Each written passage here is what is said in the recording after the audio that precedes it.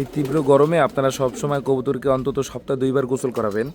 যেরকম আপনারা প্রথমে দেখলেন যে আমি এটা গুলছি বা গুঁড়ো করছি, এটা হলো গিয়ে আপনার ফ্যাটকিরি।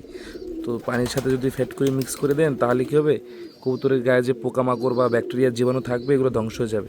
তো অন্তত আপনারা সপ্তাহে 2 বার কবুতরকে গোসল করার জন্য এরকমভাবে দিবেন, তাহলে দেখবেন আপনাদের কবুতর ভালো থাকে। তো এটা ভালো করে একটু মিক্স করে দিবেন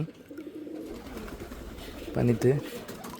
দেখেন পানির কালারটা চেঞ্জ হয়ে গেছে, পানিটা একদম ফ্রেশ হয়ে যাবে। এখন ময়লাগুলো একদম সব নিচে চলে যাবে। এরকম পানিতে আপনার কবুতরকে অবশ্যই ফেট করে গুলে দিবেন। তো দেখেন আমি পানি দেওয়ার পর আমার কবুতরগুলো অলরেডি গোসল করতে চলে আসছে। ওরা এখন এই পানিতে গোসল করবে।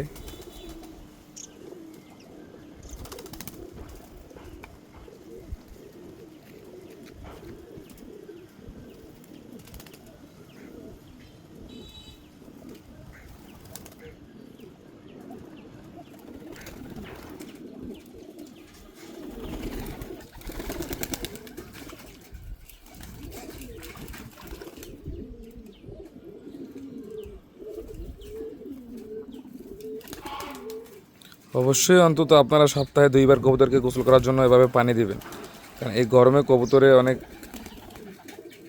হাঁপায় যায়। তো এই পানি দিলে হয় কি, ওদেরকে একটু ঠান্ডা থাকে। অনেক সময় এই তীব্র গরমে কবুতর হিট স্ট্রোক করে, তো এই পানি দিলে এদেরকে একটু এটা থেকে রোধ করে আর কি। আর এমনিতে আপনার সপ্তাহে 2 দিন গোসল করানো ভালো কবুতরের জন্য। দেখেন কবুতরগুলো কি সুন্দর গোসল করতেছে।